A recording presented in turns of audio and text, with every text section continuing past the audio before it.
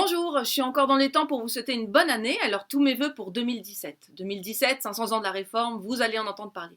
Actuellement, il y a un autre sujet qui nous occupe en Église, c'est la semaine de prière pour l'unité des chrétiens. Tous les ans, du 18 au 25 janvier, on se retrouve pour prier, pour vivre l'unité. Dit comme ça me fait un petit peu penser à la journée de la femme. Une journée dans l'année, la femme est mise à l'honneur. Les autres jours, on s'en moque un petit peu. Voilà, une semaine dans l'année, les chrétiens se retrouvent pour prier, sinon ils se tirent dans les pattes. Bon, comme ça frôle un peu l'hypocrisie. Je sais qu'il y a des endroits où les relations œcuméniques sont délicates, voire impossibles.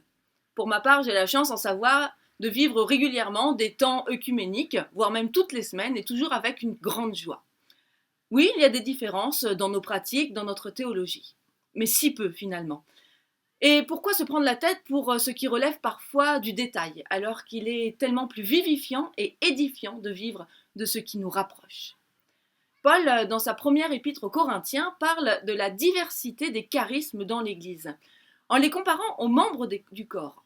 Alors, il y a l'oreille, il y a les yeux, il y a les pieds, et chacun a besoin de l'autre, et tous, ils forment le corps du Christ. Eh bien, pour les communautés chrétiennes, c'est la même chose. Elles sont différentes, comme le sont l'œil, le bras, le nez, pourtant, elles font partie, elles aussi, du même corps, le corps du Christ. On dit que Luther a été celui qui a divisé l'Église.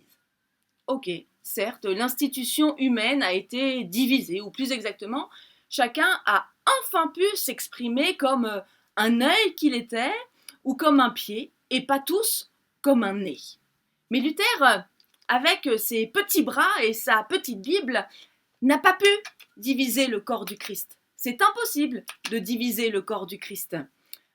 Alors franchement, si on laissait de côté nos petites querelles de clocher, honnêtement, je ne joue pas ma vie lorsque je ne peux pas communier avec mes frères catholiques. Et à quoi me sert de me battre pour savoir si on va prier debout, assis ou à genoux? Je pourrais prier assise quand mon voisin se mettra debout, ou bien me mettre debout avec lui, ou lui assis avec moi. La terre ne va pas s'arrêter de tourner pour autant. Alors vivons pleinement la grâce du moment donné avec des frères et des sœurs qui ensemble ont simplement décidé de choisir la vie.